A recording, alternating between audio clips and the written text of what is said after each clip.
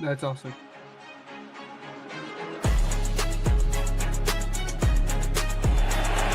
They're going to snap it, and it's Trey Burton who throws caught. Foles, touchdown. Pigs have flown. Hell is frozen over. The Saints are on their way to the Super Bowl. 4-3, game on the line. Williams lofting one for a doozy. He caught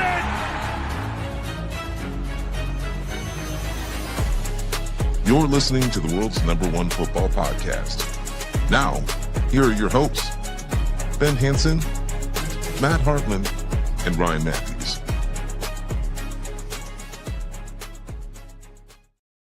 Ladies and gentlemen, welcome back to the Pigskin Project.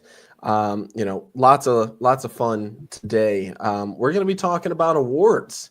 We're officially done with Pigskin Pick'em for, the off season. We completely finished that. So all of those videos should be out soon. But thank you to everybody that's been tuning into those.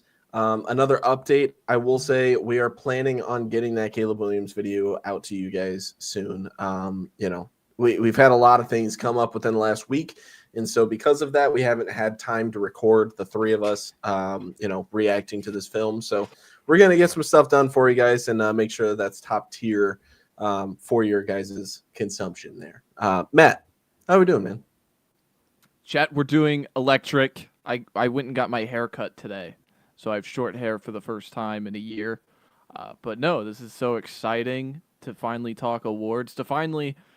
I don't want to say, it was some of the most fun, especially last week, doing the teams, but to kind of talk about the league from a higher-up lens, like a Puppet Master kind of way, instead of talking about the, team by team, this is more my style. So I'm really excited, and we also have our own awards. We came with our own little, angles, so that's what's fun. And then swing it to Ben, who we can't see you, Ben. Why's that? Yeah. How am I doing? Well, awful. We have now started 15 minutes late for technical difficulty reasons. I'm surprised I haven't spontaneously combusted from the anger from all this. But I am doing fantastic. I'm excited to talk about all the awards and our fake awards. And as you said, talking about the league from a wider perspective is quite fun. Yeah. Let's dive into the weekly news. We don't have a lot of it this week. But first things first, we have to put out a statement. John Mateer is not gambling, guys. He's not. Oh my God. It just came across our table, guys. Whoa! He's not. There's just no way. I'm sorry. It's not. The reports are false. Not happy. He's you can look on the screen. It said not. It said not sports gambling. Okay, and then also I want to talk about this as a Texas fan, all right? So, Oklahoma fans, their immediate argument was, okay, let's go search Arch Manning's Venmo, all right? Which, by the way, searching Venmos, hilarious. It's just the funniest stuff I've ever heard. And then people are pulling up well, this is obviously a joke. Yes, John Mateer is obviously joking when he posts UCLA USC the day after the game happens, by the way. It's either John Mateer is the funniest man of all time or he's the dumbest man of all time. Whichever way you lean is fine. But to search Arch Manning's Venmo, and you can find that for yourself, and to say, well, Arch Manning, are these jokes? And it's clearly the funniest jokes you've ever seen from Arch Manning, by the way. Just the funniest jokes we've ever seen. So, grow up, all right? But to be honest, I think Oklahoma should do what Michigan did. Remember when Michigan was like, yeah, they're going to catch us. Let's just suspend Harbaugh. Just don't play him for the first half against Illinois State and say, we suspended him, all right? We did our part. We had his under. I'm just kidding. No. Yeah, we gotta ask John Mateer about some Heisman bets. What do you think? Yeah. Do you think he's betting on Heisman? But no, I want to say, I think I mean, there was an AI video that was put out that I sent to the group chat. I don't know if you guys had Oh, seen I it or not. reposted that.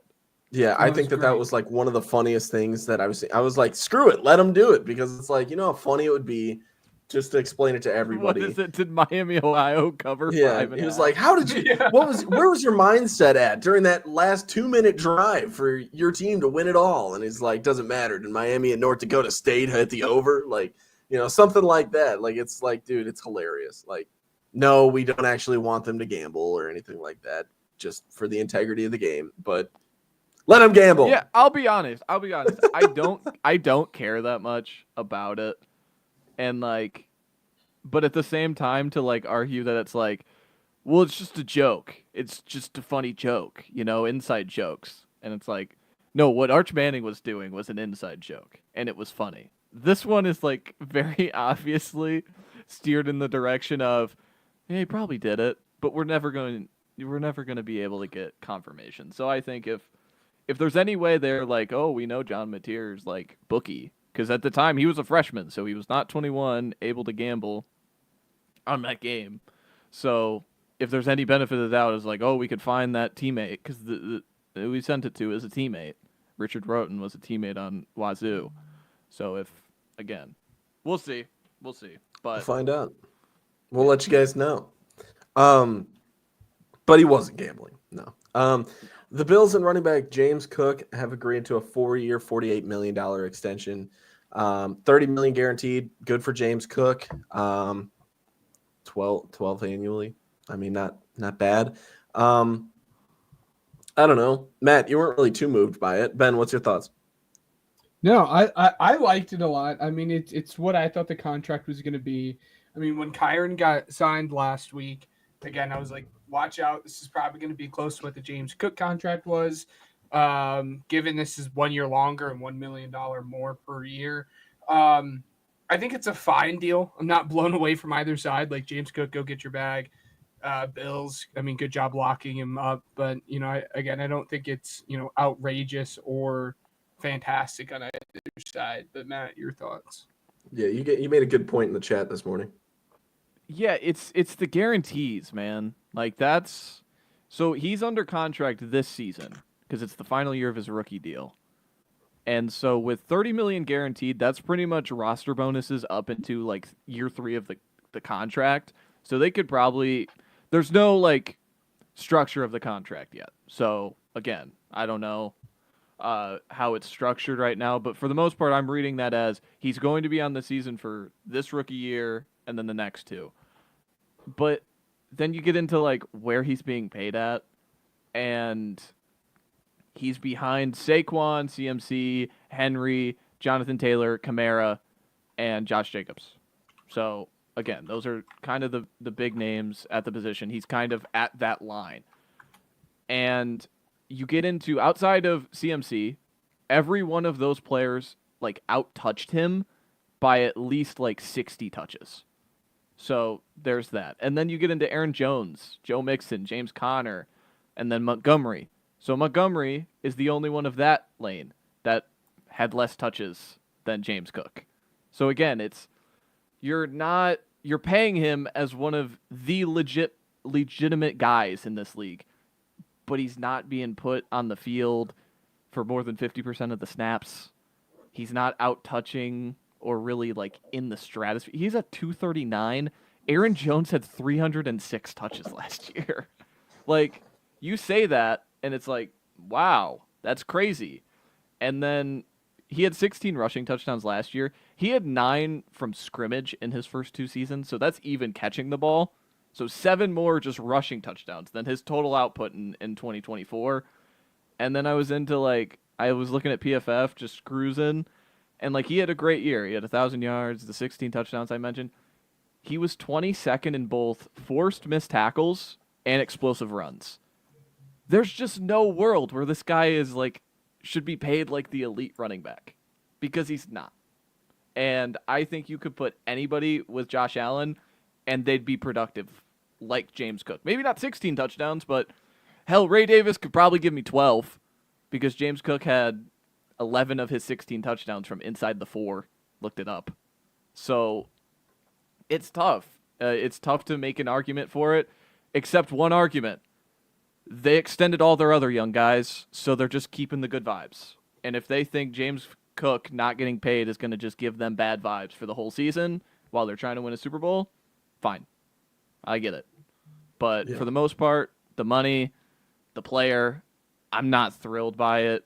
But again, I can also admit, for Buffalo fans, they're probably screaming, going like, well, it's something that could derail a season. And if that's what you're thinking, okay, I can get on board with it. But everything else, I don't like. I didn't hate it. I mean, necessarily from my point of view, just because, I mean, the guy's been 1,000+ receiver for the last 2 years.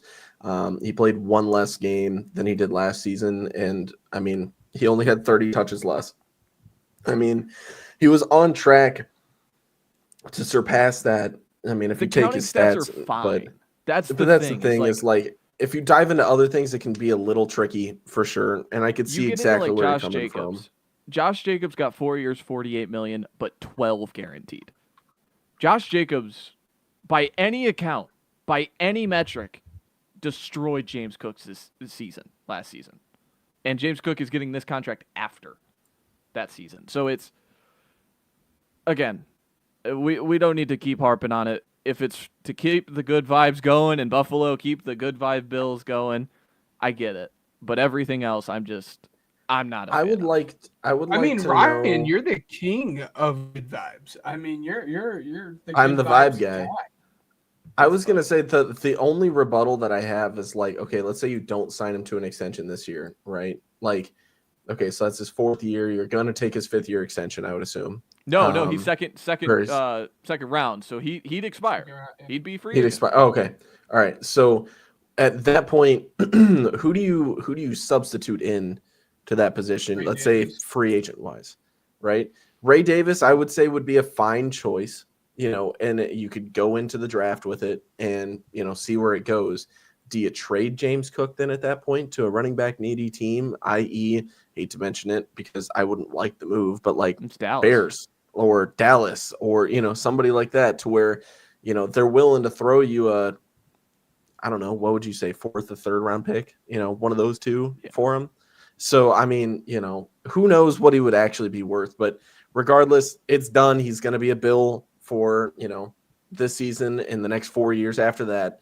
You're going to be okay. Happy for Bills fans though, they got their guy back. Next up, Matthew Stafford might actually like legitimately be hurt. So that one's kind of weird. Matt and I were kind of talking about this one while Ben was figuring out his computer problems.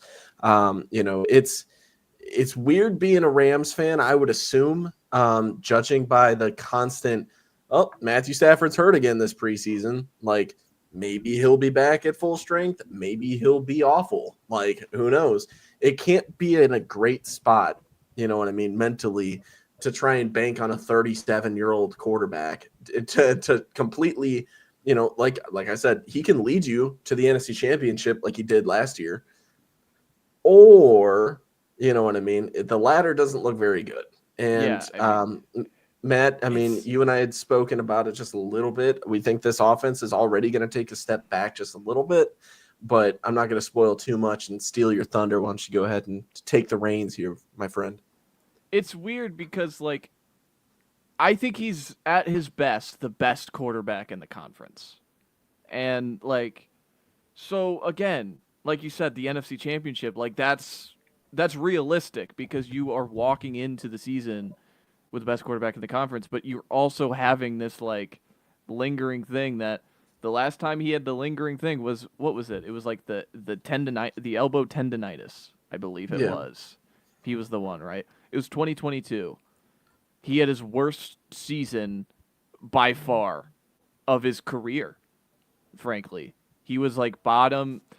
I was talking about EPA per play, the entire team preview series. 2022, Stafford was in like the bottom 6 of starting quarterbacks. Like, he was that pitiful in 2022, and their team showed, and they kind of reset, and they ended up having to give the 6th overall pick to the Lions because of it, because it was part of that trade. And somehow they're out on the other side, and Stafford's still, like, good. He was good in 23. He was good last year. So again, if this is a back thing that just keeps on lingering for him and it just never gets fixed, it's why they brought Garoppolo back, I think. I mean, again, it's not like, well, I think Matthew Stafford, this is the year he gets hurt again. Like, I don't think that was the thinking for McVay, but I think the reason they keep bringing back Garoppolo is like, there's a world where this guy just misses 4 weeks. And we're just like, and it's like, we have to put something on the injury report, and you just put old. Like, it's just like he's got old man back now. And it's just like, it's weird. But I've been yapping. Ben, what's your thoughts? No, I mean, my concern is that it's going to turn into a Christian McCaffrey situation. That's like, he'll be fine. He'll be fine. We'll play week one, and then week one turns around, and then it doesn't. And then, he'll be back in 2 weeks, and then he's just never back. And they just keep pushing it and pushing it and pushing it until it's like, all right, okay, he's not playing this year. And I'm just worried that, like, that's the situation that we're going to find ourselves in, especially when you go to, like, the extent that they did with an epidural. It's very, very concerning, as you guys said. Obviously, I mean, you could say this for all 32 teams, maybe outside of the Saints, but if your starting quarterback goes down, it changes your outlook on the season, obviously. So it's just going to be interesting to see how this plays out over the next couple weeks. Yeah, for sure. And I mean, speaking of injuries that could, be pretty devastating to the team, Eagles Landon Dickerson underwent a meniscus surgery, and he might be back by week 1. Let's go to the Eagles fan to kind of see exactly where this is going to go. Yeah, I mean, it happened at like joint practices. You can find the video. I mean, the video doesn't look too bad. His leg just got caught and he rolled it. But to be frank, this was probably the best news that you could have hoped for. I mean, because when everything had happened, you're like, oh no, is it an ACL again? Because you hear the history of, yeah. Because I mean, he tore his ACL. That's the reason he made it to the second round in the first place. When he did, was because of the ACL injury. And you hear the word, cart, and you're like, this could be bad. And then like it came out that he got surgery, and Eagles fans were like, oh, okay, this is gonna be really bad. And then it was like, okay, it was a minor meniscus surgery. He should be back by week 1. Again, that's the target date. If he's not, it can become kind of really bad because you already have a question mark at your right guard position, and now you have to go in and do that again at the left guard. But I mean, my hope more than anything is like, if he needs to take the extra week or 2 and miss week 1, miss week 2, let him. It's not worth him pushing through it and trying to get back out on the field week 1 or week 2 and further injure it and have him miss the entirety of the season. So I just hope they slow play it and really give him as much time as he needs to recover. Yeah, I'm with you. That makes a lot of sense. I mean, that they have a week 9 bye week, so they can obviously like let him rest for a couple weeks against Dallas and Kansas City, and then let's say that he makes his start week 3, plays that 1, 2, 3, 4, 5, 6 weeks worth of football, and then at that point rests again in week 9. Then you've got him for a pretty decent slate, hoping that you make it good enough to where you get a first round bye in the playoffs, which, let's face it, is very possible for the Eagles. You can be in a good spot with him. I hope that everything's good in your case, though. This is a really good player that we were talking about before the podcast.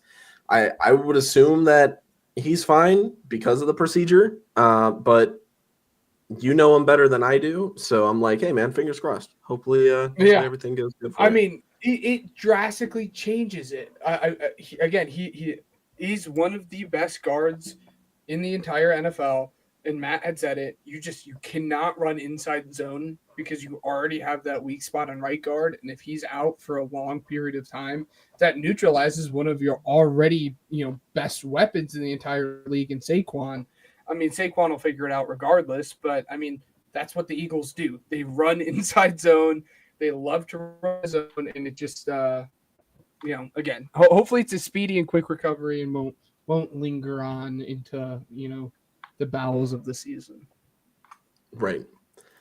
All right. So without further ado, we're going to go ahead and get into the real awards here, the lame ones before we end things off with the really real awards.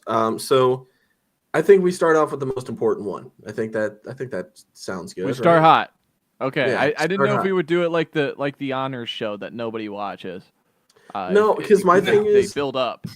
Yeah, no. Let's They do this. say winning isn't everything, and that may be true in some cases. But right now, let's make some money. Yeah. Okay. Yeah. All right. Yeah. All right. I don't know what happened there, but okay. You can Pigskin do it, payout but coming back soon. Couple weeks. Is that what we're What? teasing?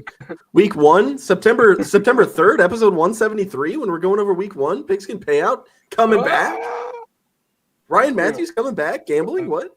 Anyways, so anyways, yeah, the MVP. Yeah. I mean, Matt, you did the research for all these different awards. Right?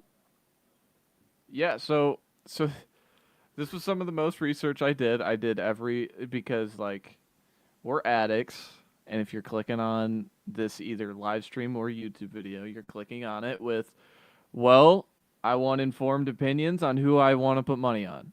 So that's exactly what I did. And let's start hot with the MVP. This is the cheat sheet I made.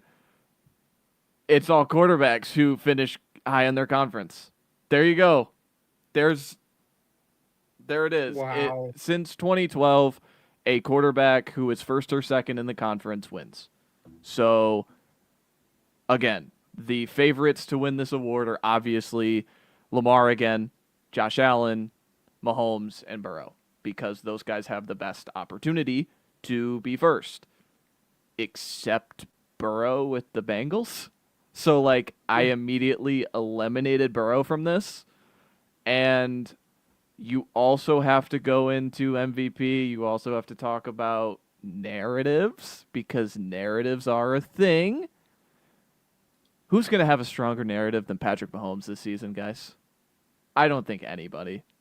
Because, frankly, the Chiefs are finally, for the first time in like 3 years, like slept on. Because the last few years they've just been winning everything. This is the first time that it's like we all take it back, and like I think everyone's getting bold on First Take or Get Up, and Dan Orlovsky is saying with his chest like, yeah, he's not the best anymore. Maybe. I don't know. So I went with Mahomes. I know a lot of people are gonna like, that's pretty square, and I know it is, but still, you can get him. This is why. You can give it 7-1 on DraftKings right now. This is why I'm saying that these aren't really the fun awards to go through. Sure, we're going to be going over them, you know what I mean, for your guys' I have a ton of entertainment. long shots for this award, though. I'm saying Lamar Jackson. That's my MVP going into this season, without exposing too much because of our show that's coming up, not next week, but the week after. I'm strictly just saying Lamar, man, he's got a lot. I really like this. It's team. the counting stats award, yeah. Like, it sucks because I'm one of those guys that are going to fall for the Ravens this season, going into it being like they're Super Bowl contenders. This team's legit. Lamar Jackson is top 3, at his position in no order specifically. You know what I mean? You can make a case for him being the best quarterback in the league, and I think that he goes out there and proves it. He certainly did last season. There was a argument on whether or not he or Josh Allen deserved that MVP, and that's his get back. It's hey, give me my award. I needed that last year. I'm going to show you this year that this is who I am, and that's what he's going to do. So that's what I'm thinking. But Ben, what do you got? I mean, was this ever a doubt on who I was gonna put at MVP? I mean, again, it's a shame that the camera's off and you guys can't see the background and all the and everything. I mean, we're talking about narrative.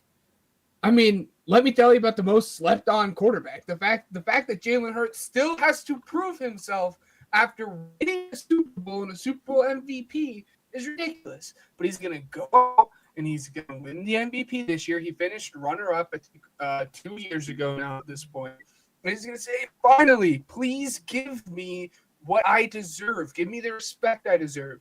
I deserve to be talked about in the same caliber as your Patrick Mahomes, your Lamar Jackson, your Josh Allen.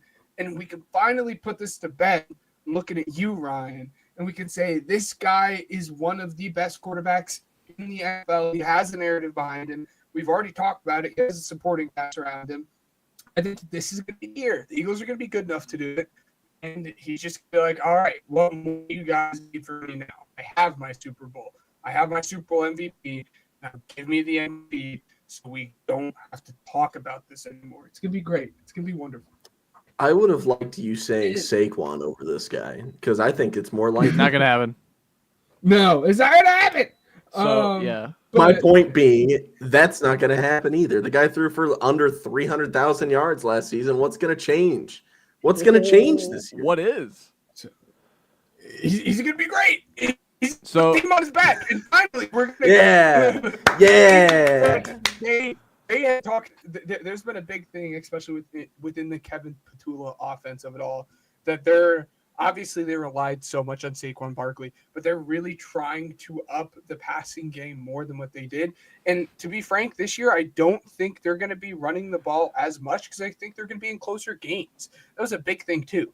Like for the majority of the fourth quarter in all of these games, he just got to turn around and hand the ball off because we're up by 20 points already. Turn around and hand off. Turn around and hand off. I think they're going to be closer. I think he's going to have better counting stats this year. And we can say, all right, he's good again this year. He's making his team, again, the push to be one of the best teams in the NFL, just like they were last year, just like they were 2 years ago now. The counting stats are finally going to be there to back it up. But regardless, did you say Matt, good again? Yes. Referencing that he wasn't good before? What? Never mind. I'm saying he's going to be good just like he was previously. He's going to be good just like he was previously is what I'm saying. Again, saying like he was. Again. But anyways, I know Matt has a whole long list of runners up or long shots. I don't know what his odds are.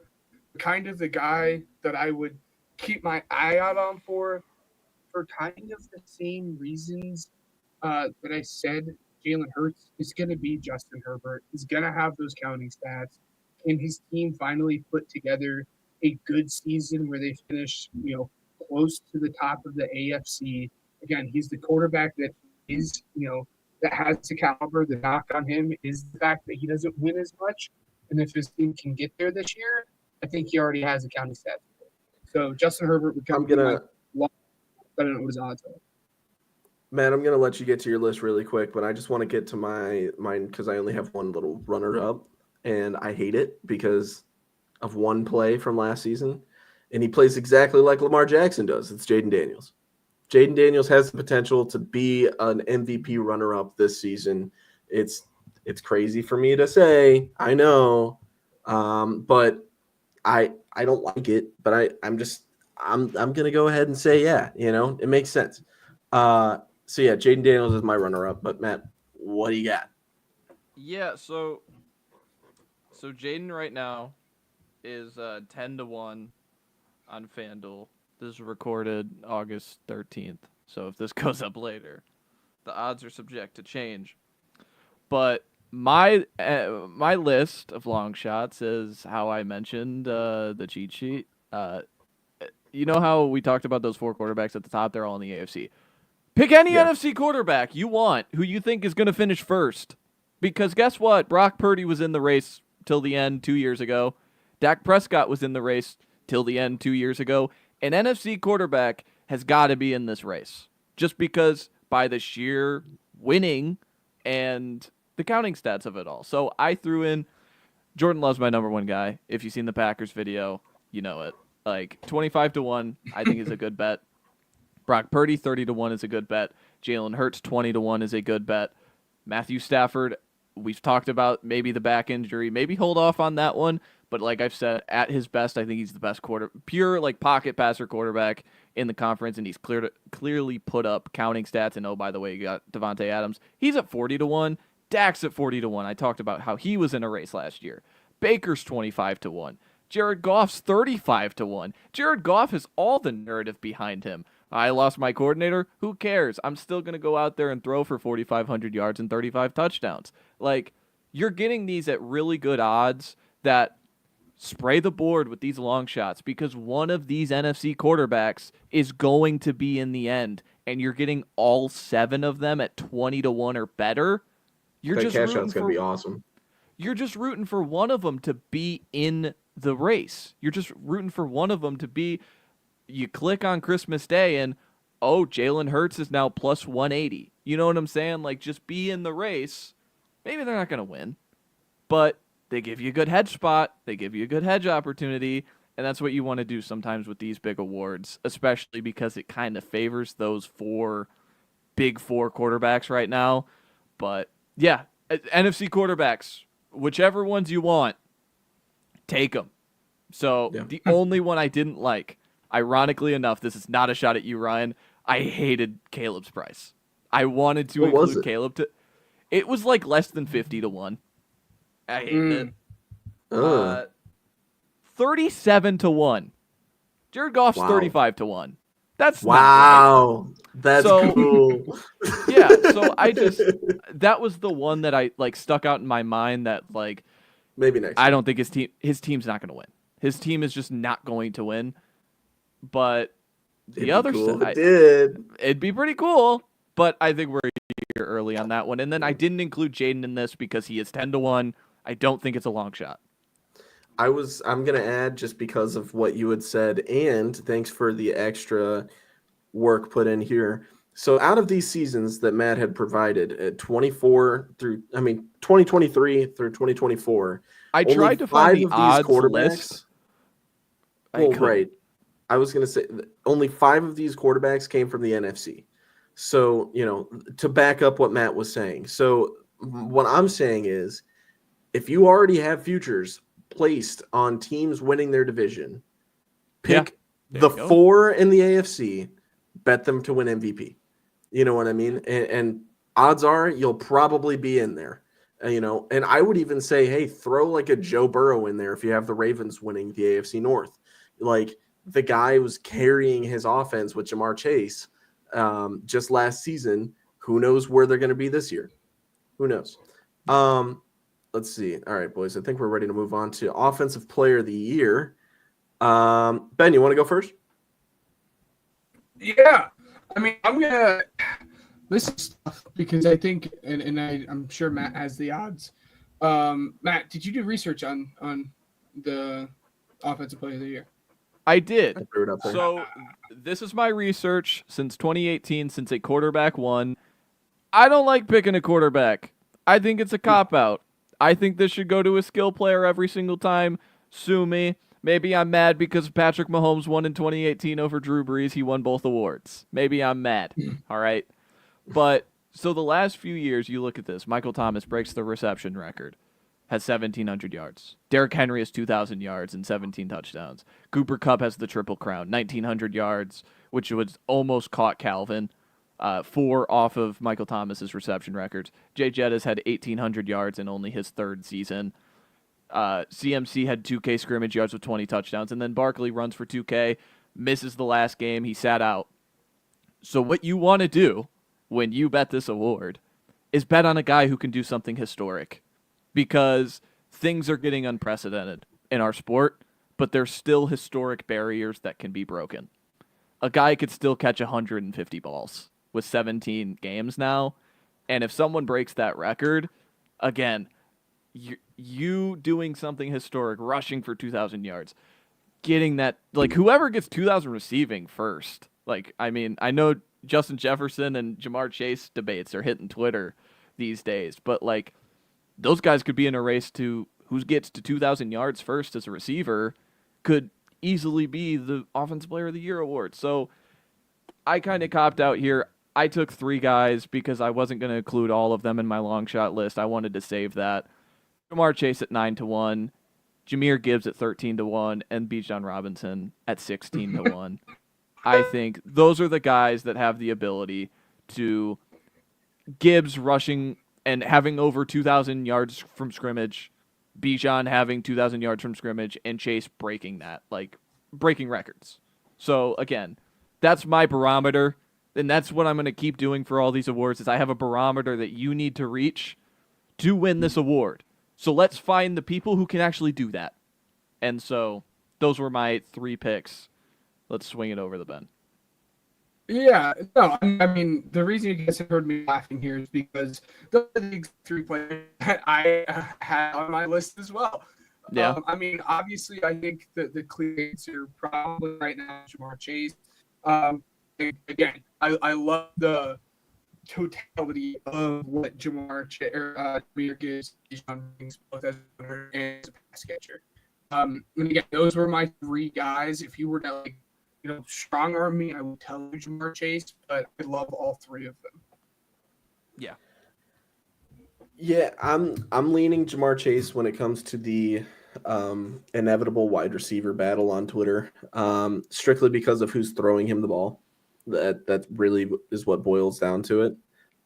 You're talking if you had to choose between Joe Burrow and JJ McCarthy right now to put $10 on for a future, who are you gonna feel more comfortable with? And to me, it's I have no idea.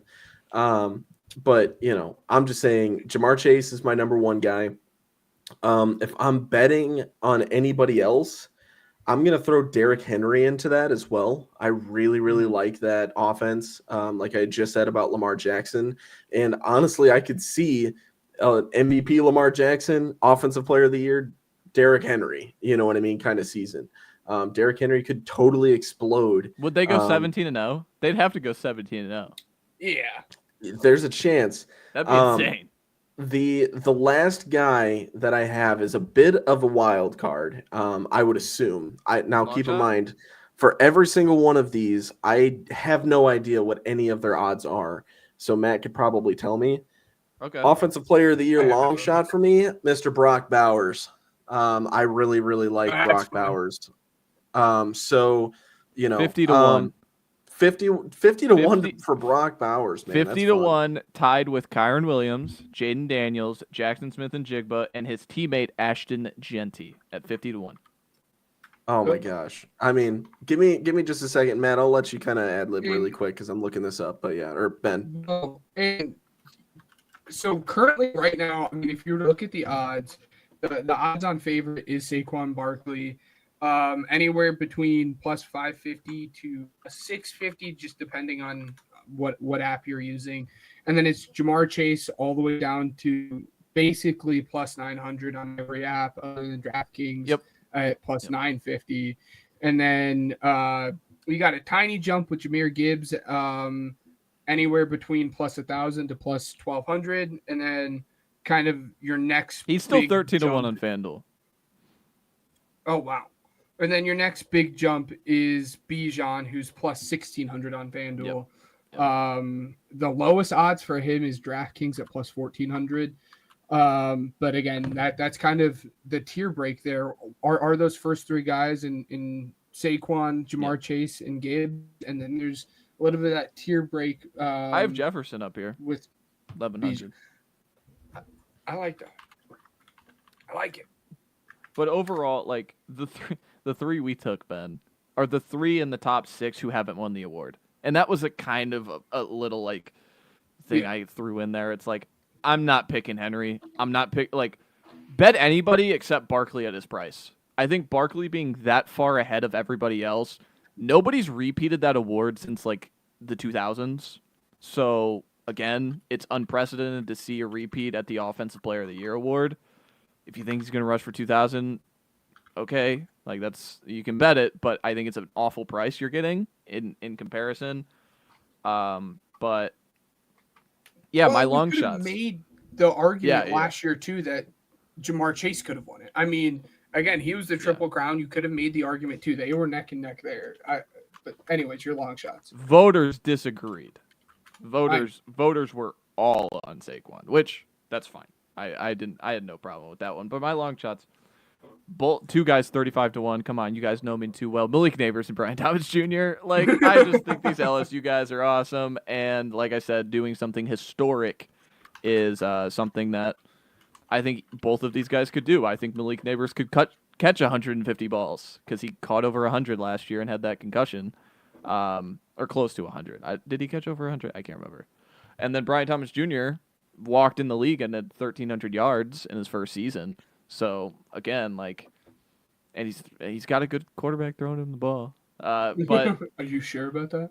My longest shot that I took for this award, and I think a lot of people would scoff and say that's insane. Well, there's a reason he's 100-1, and that's why I'm picking him.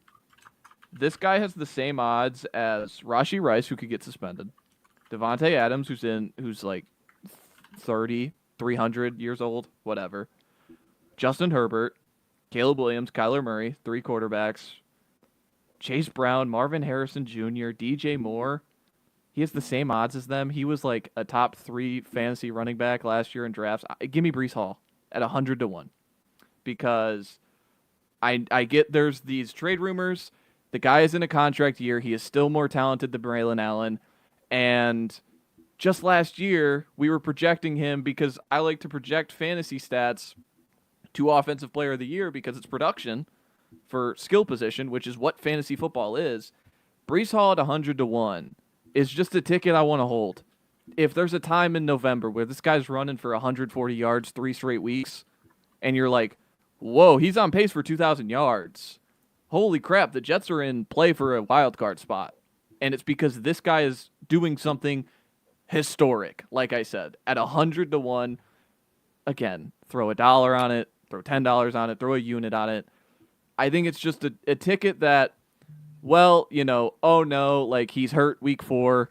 Oh no, I threw whatever, a tiny bit of money on it, but it's just betting on that pedigree, betting on the ability to have that counting stat ability is just 100-1. Why not? Yeah. So I liked it. Bucky Irving. That's my long shot. Is he 60-1? I want to. Yeah. I was kind of cooking this up really quick, backing up my Brock Bowers long shot. So just keep in mind, going into the season, Brock Bowers was 222 yards away from tying the most amount of receiving yards by a tight end of all time, tying Travis Kelce in 2020. And that was with Aiden O'Connell and Gardner Minshew in 2024. Now, the biggest thing to kind of keep track of now, Geno Smith is his new quarterback. My biggest thing is how much does he get the ball, or how much does Geno Smith throw more so to tight ends? And so far, from what I was able to gather, he was able to throw nearly a quarter of his passing plays to tight ends. Another aspect that I wanted to kind of throw at everybody is the fact that Chip Kelly kind of uses a 2 tight end set in his offense. And so you're going to see a lot more production out of Brock Bowers because of that. You got to think Michael Myers also going to be in there as well. So, I'm just saying, or is it, am I wrong? Am I wrong? You said Michael Myers. It is Michael Mayer, but Michael Mayer, that would whatever. be Michael Myers, awesome. Whatever. Michael Mayer. Yeah. Michael Mayer is going to be in there as well. But regardless, I'm just saying, like, he's getting the target share with the quarterback that's better than the ones that he was playing with prior. He's only he's literally a couple more big games away from tying that. He should be up for at least consideration for that position. And if you're thinking about betting on a long shot to get you into, I just want somebody to be a finalist and see what happens. Yeah, Brock Bowers, my pick. Are we ready to move on to Defensive Player of the Year? D-boy. This one's pretty cut and dry for me. I don't have a long shot. Myles Garrett. It's just Myles Garrett. Well, Matt, your research? No. Like, I mean, that's fine. If he wants to ignore the research. Oh, fine. my bad. But no, I'm messing. So here's the cheat sheet. Look at let me hide this.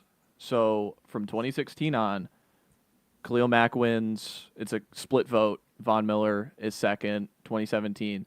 You look at all of those. They all, except 2021, have something in common. The team that is ranking in EPA per play on defense. So it's the most basic efficiency metric for defense. The spearhead of the number one team is more likely a runner-up or the winner. So how I attacked Defensive Player of the Year, I attacked it in teams. I didn't attack it in players. I attacked it in teams. So my long shots are 5 teams that I think can finish first.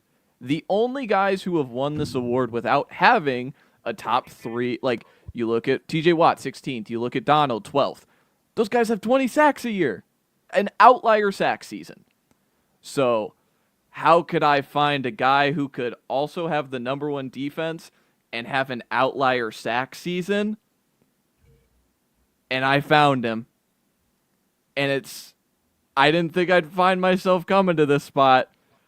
I have Will Anderson at 16-1 as my defensive player of the year. You bet your bottom dollar. I did.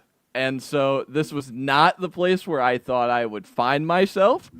But if we're going strictly from the data of the last 10 years, you want to bet a guy who's going to have one of the best defenses in football and also be the spearhead of it all.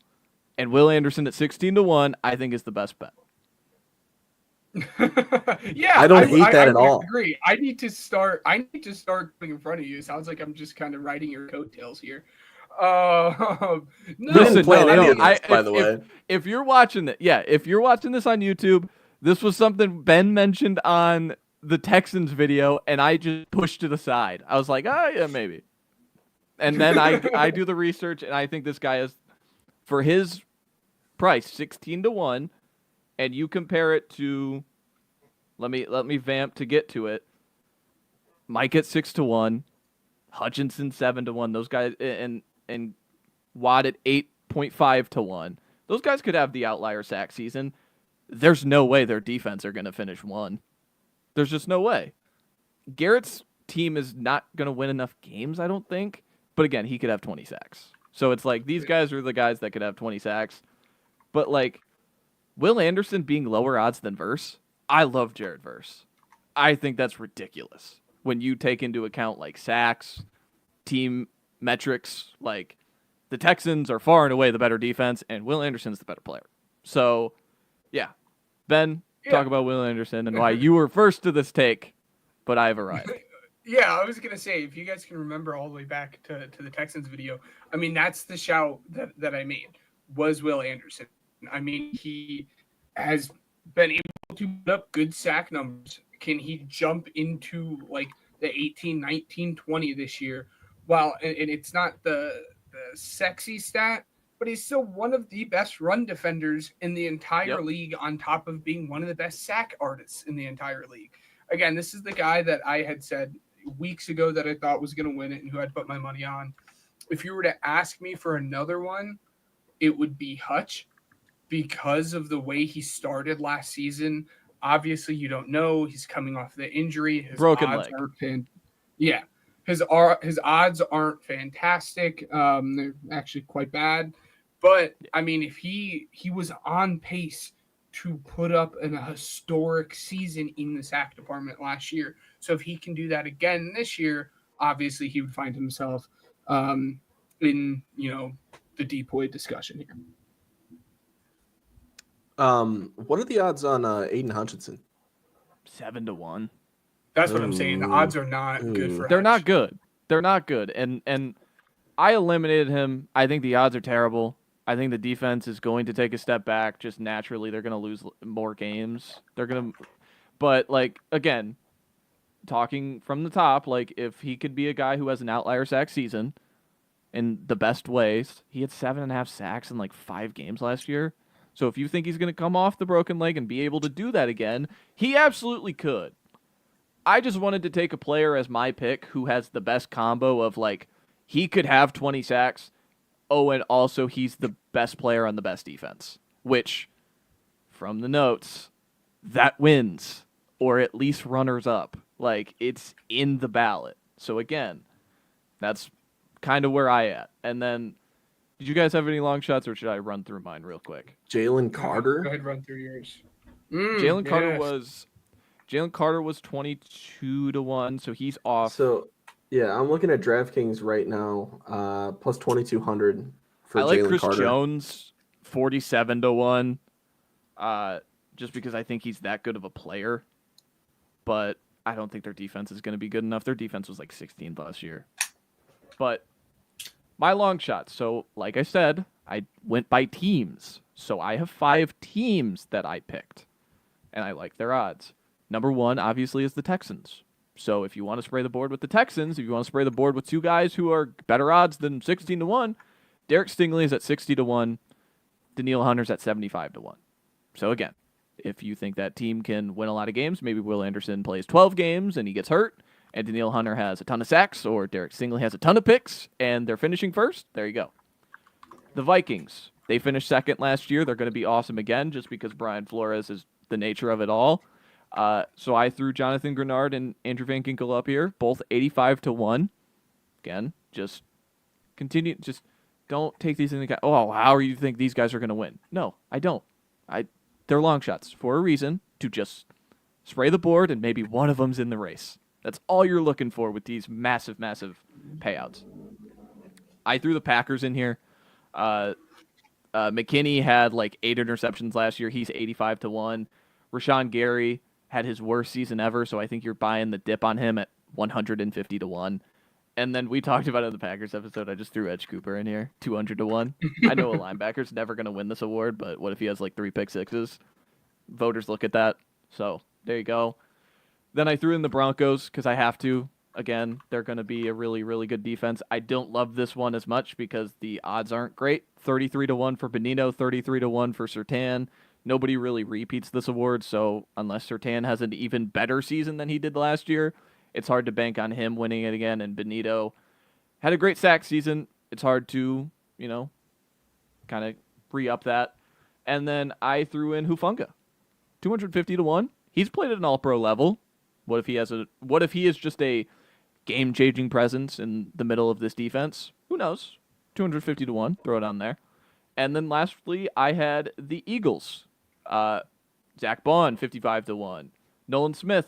Who else is rushing the passer? What if he has 17 sacks on the number 1 team in the NFC? There you go. There's your hype train, 60-1. And then Quinyon Mitchell. What if Quinyon Mitchell follows the same thing as Surtain as just the best corner in football next year? Could happen. 100-1. I left off Jalen Carter because 22-1. Again, that didn't qualify for long shot odds to me for this award just because you can spray the board. But yeah, again, those are 5 defenses that I'm like, those could finish number 1. And that's what you want to have when you're betting on Defensive Player of the Year. You want to have the guy who can spearhead the best defense in football because it continues to make the ballot. I like it. All right. Let's go ahead and move on to Offensive Rookie of the Year. I like this one a lot. This one's fun. I feel like you guys can probably bet on I'd like to based off of what we've talked about. Who do you think I picked for Offensive Rookie of the Year? I'm being selfish here and singling you guys out, but like we've had conversations about who I like. You know what I mean? You guys are going to analyze it more because you guys are college football heads. But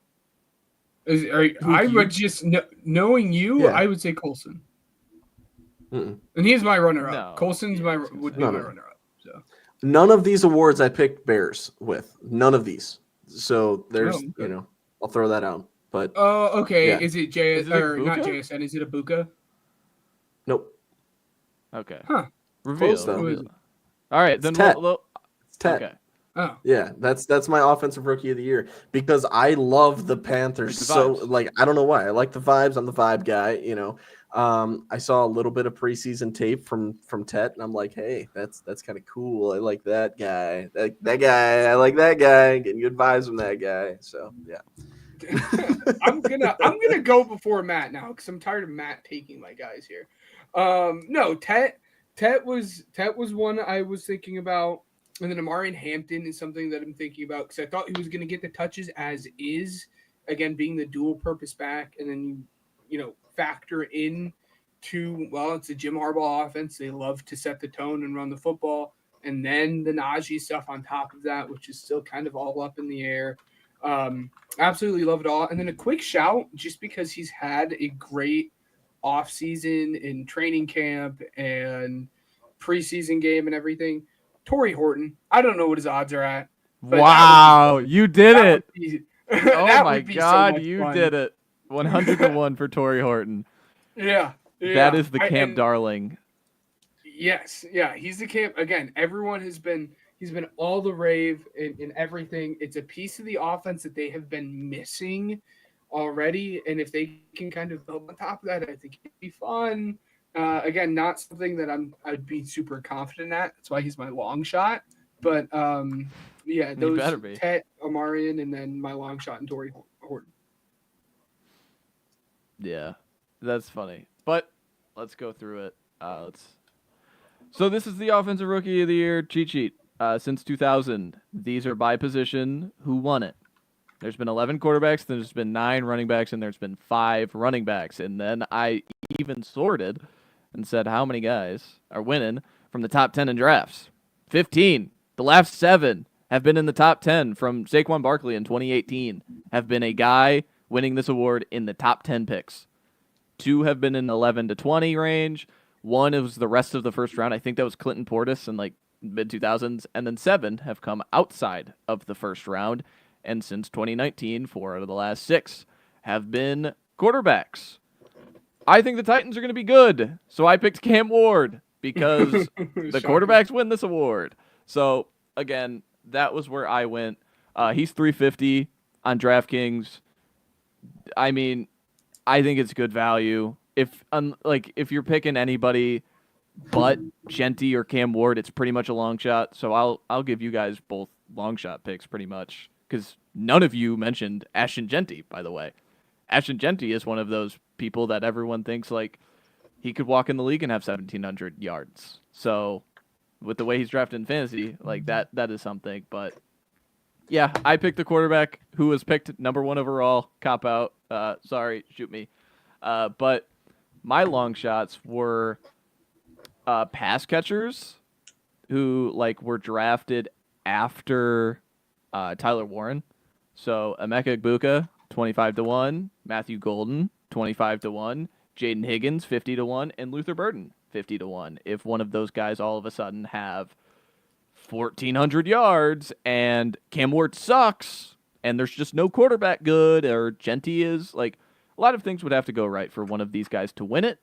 But in the age of receiver and how good some of these guys could be right away, how I talked about the Packers offense last week, what if Golden walks in the league and he's just 1,300 yards, 10 touchdowns? Like, that's going to ballot, and he's 25 to 1. So, again, and then shout out Caleb Johnson.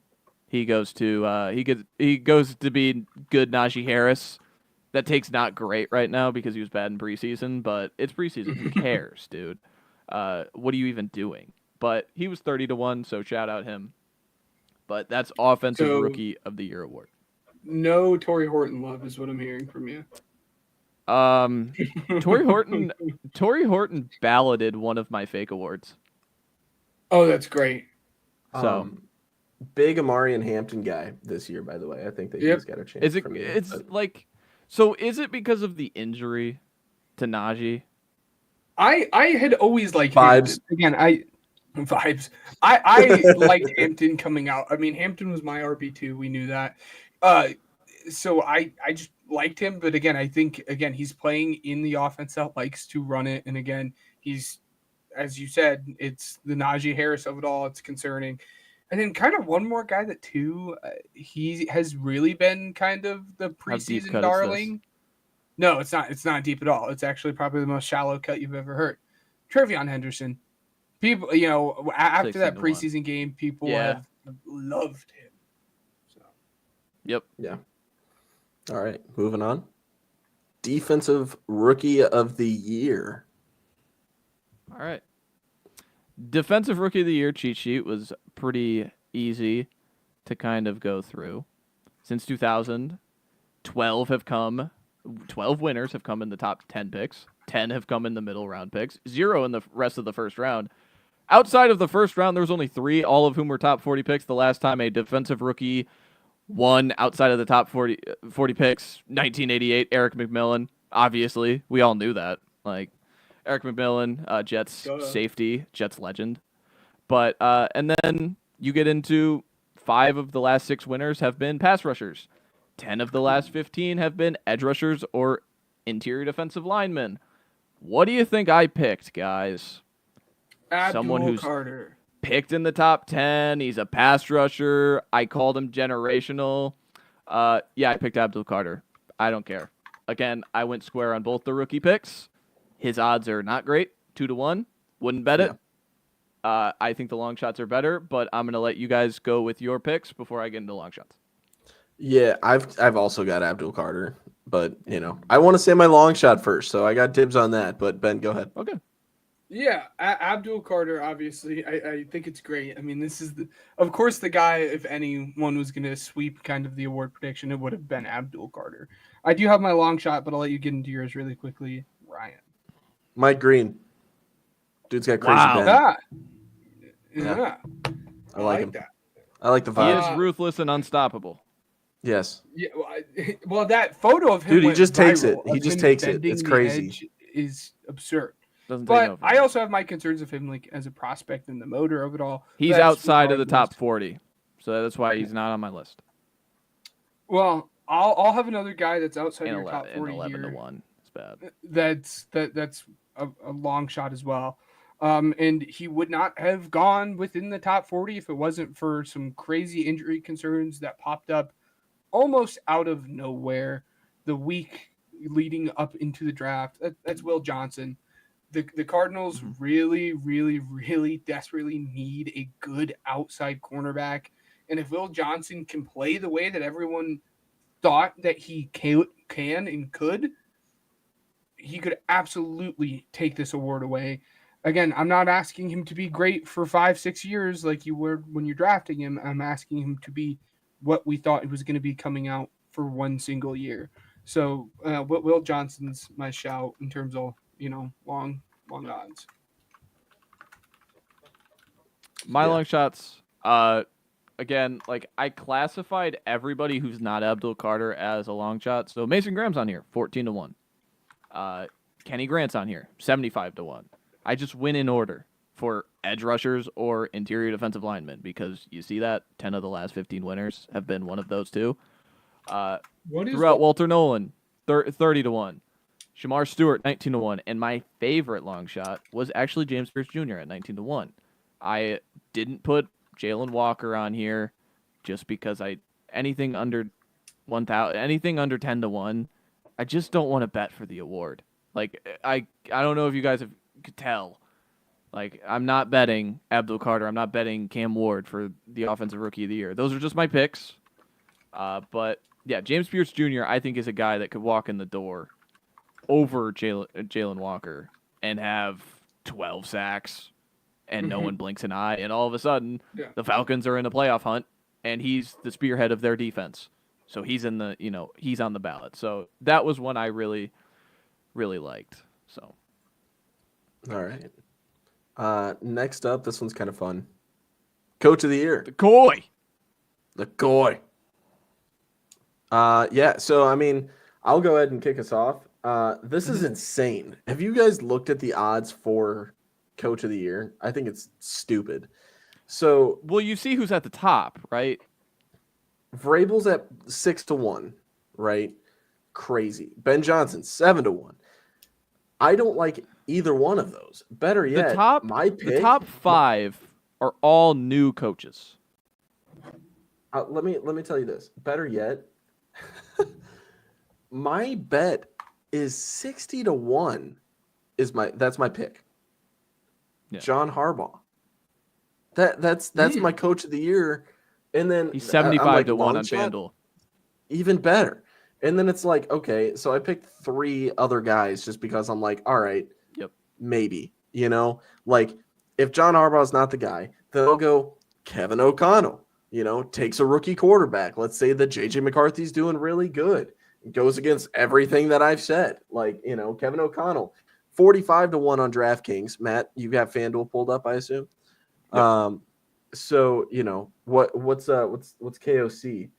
45-1 seems. I mean, that's a lot. 50-1 on FanDuel. Just won the award. So you're saying back he's going to back? I think it's possible. He's got a rookie quarterback that that's coming off of a knee injury, and he if he can win with that, with Jordan Addison's suspension early on in the season, manage all of that, it's a possibility. You gotta understand. You're putting your faith in human beings who have voter fatigue, voting on these awards. This is not just in a vacuum award. Like this is there's real human beings. That's why I would never put money on Kevin O'Connell. Just that alone. If he wins 15 games, okay, but I think that's just so hard to do. Dan Quinn is my next one that I would highly consider. Just because you're going against all my research. Yeah, I'm just saying the last one. Oh, I mean, just to put it out there, Dan Quinn on DraftKings is 35-1. Which, by the way, it looks like you should just use FanDuel for future bets because this is crazy in the difference of odds. There's some. Yeah, I'll say MVP kind of back and forth. Just check. Dan Campbell would be my last one that I'm like, dude, yeah. I think it's 30-1 or something like that on DraftKings. I know I just picked like a quarter of the league, but like you know what I mean? Like the two guys. It's funny because you did not name the two guys that I'm looking for. You didn't name anybody I have on. That's awesome. That's awesome. I'm sure my runner-up, Matt, will be. I guarantee you, my runner-up will be one of your guys. But okay. If you guys haven't been able to tell based off of this show. Even with the Rashawn Slater stuff, I'm taking a little bit of that Chargers Kool-Aid. Is it a bit of a homer pick as well? Sure. Jim Harbaugh, taking the other Harbaugh brother. But my kind of runner-up / like, I don't even want to know if I can call it like long shot because he's 20-1. That's Matt LaFleur. We had the discussion about the Packers offense and them being what we think they're gonna be. Matt LaFleur can be that guy, and I like it. And Matt, did you have Matt LaFleur on your list? No confidence. Oh, so all right, let's talk about the award. All right, this is about who wins a lot of games in contrarian to their previous season, or they're a new coach. Ron Rivera jumps from 7 to 15. Jason Garrett 4 to 13. McVay's in his first year, he wins. Nagy's in his first year, he wins. Gross. Harbaugh jumps up 4 wins. Stefanski first year as a coach, he wins. Vrabel's the outlier. Like you look at the top coaches who won by jumping 4+ wins. There's 5 of them. Coaches winning in their first year, there's 4 of them. Mike Vrabel's just one. So like Mike Vrabel's on there.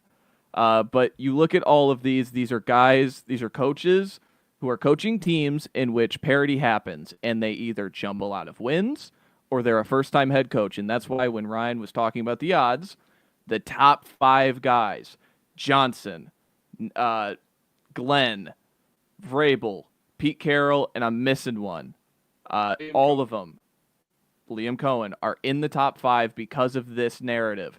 You got to be a guy who's in his first year. That's not true. It's more often or not, you're a guy who's already a coach who's winning 4+ wins than the previous season. So that's where I went deep cut. Hey guys, I bet money on this right away. This guy. Who's a team that was pretty bad last year, and I don't remember, but I think we all predicted to win the division because they're going to bounce back and be healthy. The Niners. Kyle Shanahan at 20-1. Shanahan has never won the award, by the way. He's one of the unanimous best coaches in football, by the way. They're obviously, if they win 10+ games and win the division, they're jumping the 4+ win model that I just talked about. He's 20-1. He's behind guys like Jonathan Gannon. Like, that's unbelievable to me. 20-1, I loved it. I had to pick it. This is a team I think is going to jump crazy. I had them win 12 games this year. They won 6 last year. If they figure it out and Robert Saleh just comes down and hunkers down the defense and the offense is good next year, guess what? Shanahan's going to win it. There you go. Just gave you some betting advice. If you think the Niners are going to be good, go bet Shanahan at 20-1, please. And then my long shots. Did you guys already mention all your long shots? Yep. Yeah, I pretty much did, yeah. I'll run through them. Brian Schottenheimer, 30-1, new head coach. Raheem Morris, 30-1. If they jump and wins, if they win the division, and Michael Penix is really good. This is kind of to the Ryan's point, but not picking O'Connell. because O'Connell won it last year. Yeah.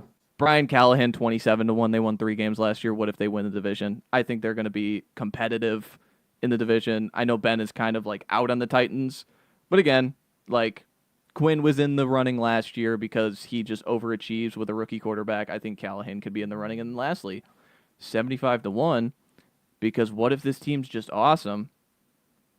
Nick Gross. Sirianni. Why not? Oh yes, no, not gross. Because I think he's never won it. This is again another season of like Ben said. What if the Eagles' love just continues and they win every game with this tough schedule? Like this is kind of the Vrabel outlier. It's 75-1. If there's just no one to pick and they win 14 games, do you think anyone's going to bat an eye to say, "Hey, let's give it to Sirianni because he's going to be a fun interview on the stage"? You know what I'm saying? Like, Yeah. why not throw it on there for 75-1? But if you gained anything from that conversation, I am very passionate about Kyle Shanahan winning this award. So, Dude, you convinced me. I really like that And pick. It's good. I think it's fantastic. For this last one too, I know for a fact I want to go in front of Matt because I know Matt will have the 2 guys that I want on this list because these are 2 quarterbacks that Matt and I see eye to eye on. Let's talk about comeback player of the year. all right, let's go over. Let's go over the my stats. groundbreaking notes. My most research I did. Since 2018, a quarterback has won every time, even over a guy who almost died, by the way. So pick a quarterback to win this award. Great. That's fantastic. I love that. Joe Flacco won this Matt- award because he was like 40 that one time. Yeah, Joe Flacco came back from sitting on the couch over DeMar Hamlin, who quite literally died on the football field. But I digress. Matt, I'm sorry. This is an easy one. I don't know what the odds are for these 2 guys. But as you said, it's quarterbacks and quarterbacks who kind of come off injuries and bounce back and are great. It's the 2 easy ones, I presume. I don't know what the odds are. Trevor Lawrence or Dak Prescott. Those are the 2 guys. I absolutely love them. I think they're the perfect fit. I pretty much chalk or a shoe-in at this point. I do think it's a 2-man race between those. Dak is 3-1 and Lawrence is 5-1. So yeah. You know, It's funny that you say Dak because he has the same odds as this guy that, I picked. I just asked about his odds for defensive player of the year. Aiden Hutchinson would be a heck of a comeback player of the year after obliterating his leg. You know what I mean, in that game for the Lions. So comeback player of the year, and I mean new defensive coordinator as well. Completely, new situation for him. That would be it. I also had Dak Prescott, so I'm not going to talk too much on him, but I do want to go first for my long shot because it's like that'd be funny. So I literally just picked it for the bit. I think that I don't think there's a chance, but I mean there's a chance for anything. But Matt, go ahead. I had Dak. I think this is the easy. Like it's a quarterback who's going to put up counting stats who legitimately got hurt last year. I think they have the best odds of any of these quarterbacks to make the playoffs, and I think that's another like barometer. Like Burrow's won the award twice because he just had counting stats after like injuries. So again, like I think a quarterback's going to win this award. A quarterback always wins this award. So I'm taking Dak. If you take like any of the, I mean, I think Ben's right. I think it's Dak or Trevor. Like to be honest with you, but there is a narrative behind Hutchinson. So if you want to get behind Hutchinson, I wouldn't bet it. I just don't like I don't like betting futures that are 3-1 because it takes one game where like for Hutchinson specifically, he's like 1 tackle. All of a sudden he's like 5-1 and it's like, "Oh, I'd rather have 5-1." So it's hard to bet like an award for me that's under 10-1, but I picked Dak. You guys do your long shots and then I'll do my pretty vanilla long shots. This player has not seen the light of day since 2020. Okay. I'm telling you, this guy has been an absolute shell of himself. He's had 2 seasons in which he was an absolute fantasy god. You needed him on your team. And I mean, if not, bona fide top 3 at his position. right? Oh no. This man, if he wins Comeback Player of the Year, he will be Can I the first guess? rapper to win it. Darren Waller. That's going to be the long shot here. It's somebody you can bet on. It's Whoa. 100 to absolutely 1. insane. I thought you were gonna say Nick Chubb. I thought you were gonna say whoa. Nope. If he returns to form in Miami, if that's something The that fact- happens, I mean, Oh, you know, God.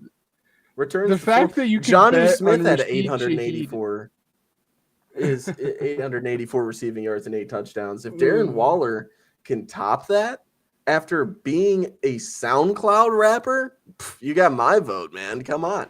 Vibes are high in Miami, baby. Yeah, Mike McDaniel's going to be like, dude, this guy, this is the guy, man. That's cool. That guy, I like him. That's cool. Oh, the Kelsey Plum music video. Dude, yeah. Yeah. Imagine the rap, dude, imagine the song he puts out after he wins Comeback Player of the Year. I'm streaming Shout it, out dude. Ryan I for don't know. betting on me.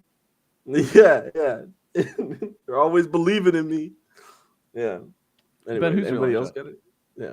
I don't have a long shot because again, Okay. as I said, I really think it's Yeah, a it's not a- 2-man race. It's not a I fun think you're award, it's wasting bad. money betting on any of this because the odds are so bad. But Yeah. I think they're as bad as they are because of that. So, yeah, I had 3. I had Tua, 25 to 1. He's on here. Like, what if Tua's awesome? That could happen. Daniel Jones is on here. What if he's awesome? Like, what if that defense just carries him to the playoffs? 40 to 1. Why not? Like, he just does his job like he did in 2022 with the Giants. What if they're a playoff team, he's definitely in the running for it because, he's a quarterback, by the way. And then lastly, I took a non-quarterback because I think his story's pretty cool. Christian Barmore coming back from blood clots, 120 to 1. That's fun. I think that's an award where it's like, hey, what if he has an awesome sack season and people finally realize what his story is, and there's not like, hey, we could give it to Dak who has good counting stats again because like he hurt his MCL last year, or we could give it to a guy and repay ourselves for what we did a few years ago and give it to a guy who actually came back from like a real tragedy and a football stopping injury or like illness technically. 120 to 1. Why not? Throw it on there. I think Barmore's already good. So if he comes back and he's good even more, there you go. Similar to Eric Berry a few years ago. Like it's a feel good story. You wanna but Yeah. 120.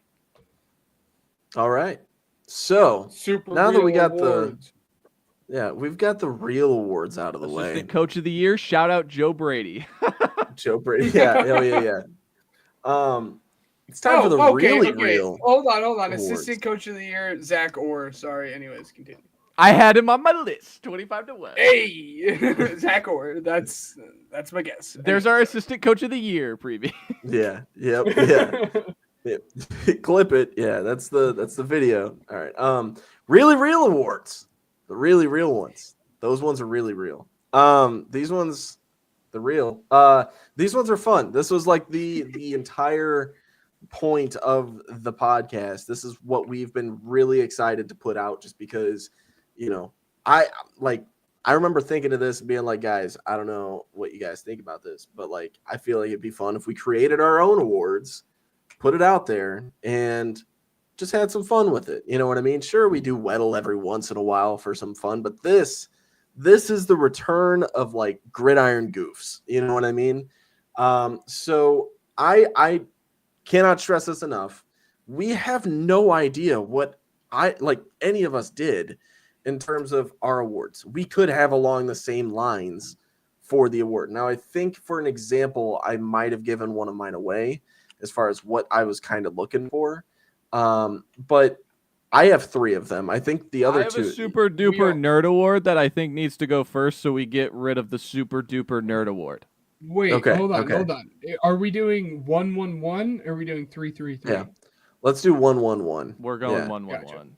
Gotcha. I also, for the record, I have candidates for all of mine that I'm going do to too. reveal the winner. Oh, yes, let's go. Let's go. No, like I said, none of this was coordinated at all. I love how all of you you were on the same wavelength. That's awesome. I know. Okay. This is great. And Matt, I think I know what your super duper nerd award is. Yeah, we talked about the Super Duper Nerd Award because we're super duper nerds.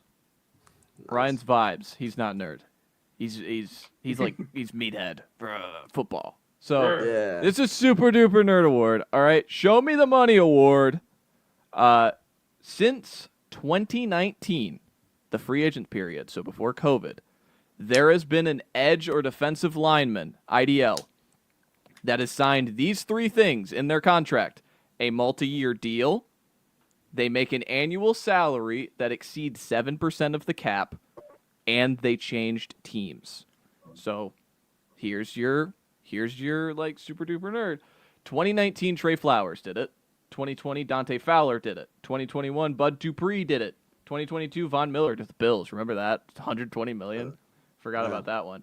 2023 Javon Hargrave did it. 2024 we had multiple. Christian Wilkins, Daniil Hunter did it. Jonathan Grenard did it. Bryce Huff just missed it, Ben. I was so sad for you. Ugh. And then 2025 Milton Williams just did it, and Josh Sweat just missed it. So Milton Williams kept it going. 2026, the salary cap projection by Spotrac is $307 million. A contract that would exceed 7% of that cap is $21.5. So I'm projecting. I didn't have a winner for this award. I just kind of threw it out. I was kind of just like, here's some names who I think could be an edge rusher who just has a ton of sacks, and someone pays him $21 million because they need someone to rush the passer. You know, just because there's going to be a ton of money. The Titans have a ton of money. The Chargers have a ton of money. And I believe one more team has a ton of money. So the teams, the players I had, Colts defensive end Kwity Paye. He's had 16.5 sacks the last 2 seasons. Jalen Phillips for the Dolphins. He's had 15.5 sacks in his first 2 seasons if he can have a healthy year. Ravens edge, Odafe Owe had 10 sacks last year. He's a contract year. Raiders edge, Malcolm Kuntz had 8 sacks 2023. He missed all of 2024 and kind of signed a 1-year prove-it deal with the Raiders. He's a guy who could pop. Seahawks edge, Boye Mafe has 18 sacks in 3 years. What if he pops? And then lastly, my favorite one, Ravens interior defensive lineman Travis Jones. One of the quietly best run defenders in football, by the way. Threw that one out. But those are the Show Me the Money Award is one of those guys I project is going to be a guy who we're talking about Milton Williams going, where did he come from? And you can come back to the Pigskin Project and go, I knew Kwity Paye was going to make that much money because we talked about it. So this is, again, the Super Duper Nerd Award. We're done with that. Let's move on. Yep. This is the Meathead Awards now. But it was fun. I loved just, doing this. That was my favorite award because I put so much effort into it. It took me over multiple hours, and then I had to find candidates that I actually liked and think can do it. So again, it's what I do for this podcast. Ben, you can go next. Yeah. I'll start with my first award. I mean, it's gonna be quite the shift again from the Super Duper Nerd Award. It's the Dave Chappelle Why, because FM, that's why award. This award goes to the team that I'm going to not necessarily hate watch, but just not gonna watch super intently and gonna kind of root against for no particular reason. And that's kind of the key factor within that.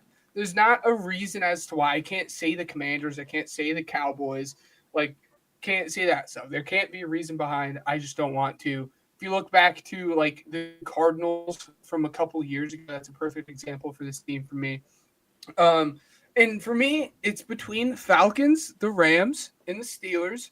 I did almost go with the Rams. They were the runner-up here, but I felt like that might have been a cop-out because the Eagles and Rams now currently have a bit of a rivalry. The winner of the Dave Chappelle Why because that's why award, the Falcons. I don't know what it is about the Falcons. I just am not going to have fun watching them, and something in me just don't want to root for them. I just don't. Bad vibes. Again, bad vibes. I can't tell you why. That's the whole point of the award, but it's the Falcons. I don't want to root for them this year. So my first award, it's called the Calvin Ridley Can we like Parlay have a Buster winner Award. with if you guys like, because I have a team kind of matching Ben's a little bit here. Yes. What's that? The Colts. Yeah. Yeah. Did you guys see that pretzel, by the way? That was awesome. I don't. Pretzel they put out. I don't know. That's their season. I don't know why. I like Anthony Richardson. It's just like I'm done with them. If that's a word, like Anthony Richardson is a nominee for another award, so like that'll give it away once I read it.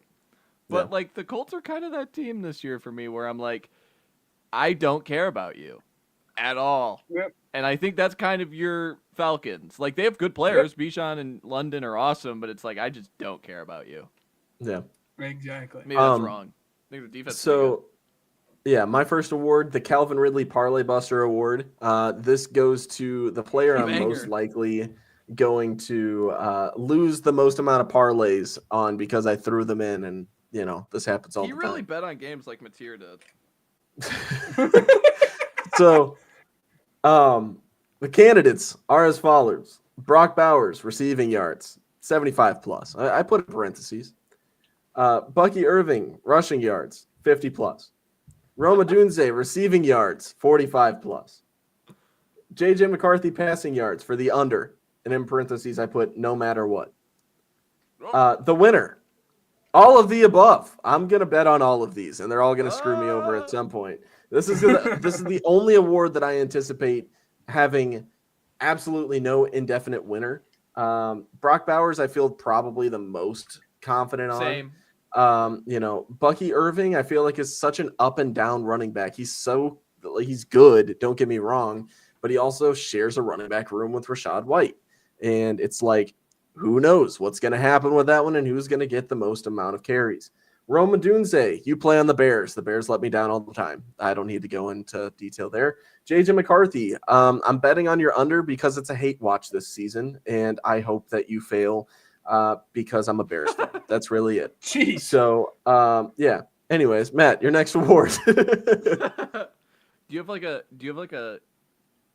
touchdown one for that, or is that the only like betting?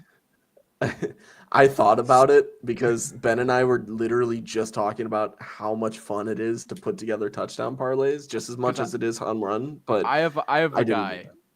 I'm gonna like Chuba Hubbard. I'm gonna lose so much money betting his touchdowns this year. Mine's CMC, and it's for one reason. Oh, you're doubling back? This would have been 3 years ago now at this point. This was when he went on like that crazy run where he like was scoring a touchdown every game. He was minus 200.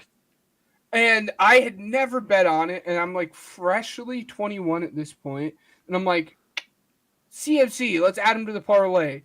And the one game I choose to bet on CMC is the game that record gets broke, or like he no longer scores a touchdown, and I've never forgiven him since. I had similar one to Montgomery.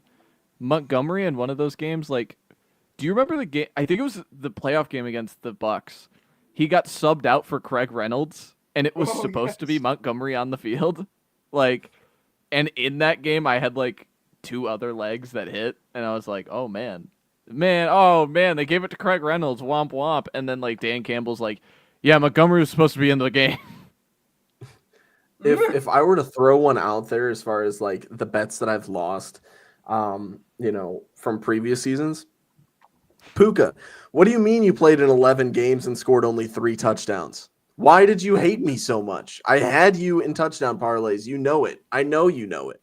The other one that I would say, Marvin Harrison Jr., dude, what the heck? I mean, 17 games, 885 yards, 8 touchdowns. You busted so many of my parlays. It wasn't even funny last season. Yeah, let's see. Trey McBride only scored 2 touchdowns last year. Travis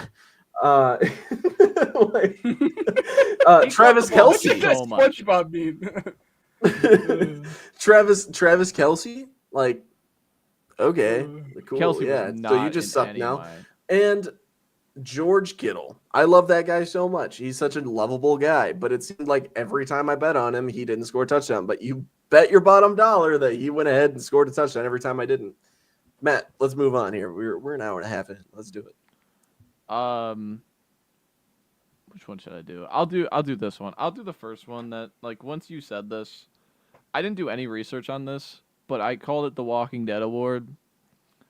These are 3 people that are just like, why are they even around the program? why are they even doing their jobs? Colts quarterback Anthony Richardson is number 1. Giants head coach Brian Dable, and Dolphins GM Chris Greer. I tried to spread the wealth. Let's not do 3 head coaches. Let's not do 3 quarterbacks or 3 GMs. Let's one of each. My winner is Brian Dable, man. Like, yeah, I don't know why that guy got another offseason. And maybe this is bad because it's like, well, preseason week 1 just happened. Jackson Dart was awesome, dude. But, like, I don't get why he got to pick a quarterback in the back end of round 1.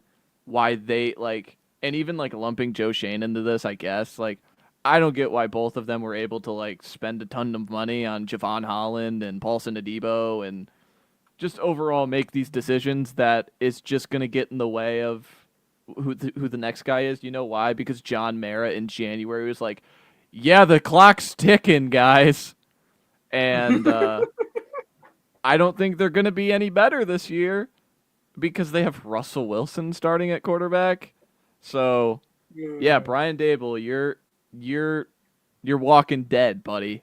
So I think that's a guy that is not going to be with the program next year.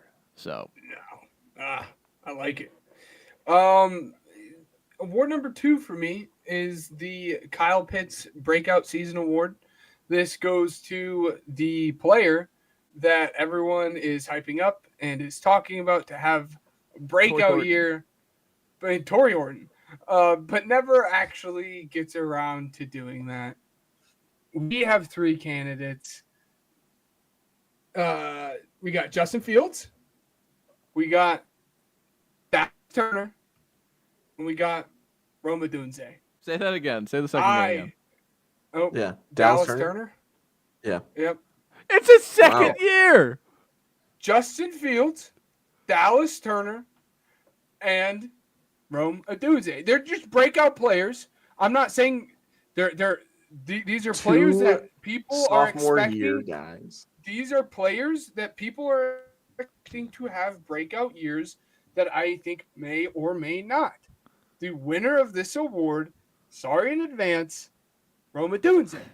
And there's a reason for it being Rome Odunze. All right? I was prepping myself for this. Yeah, you did take him in the first round, obviously. But who is your play caller? It's Ben Johnson. He loves his tight end. He took another pass catcher high in the draft this past year. So Colson Loveland is going to get a lot of those targets, just as Sam Laporta did.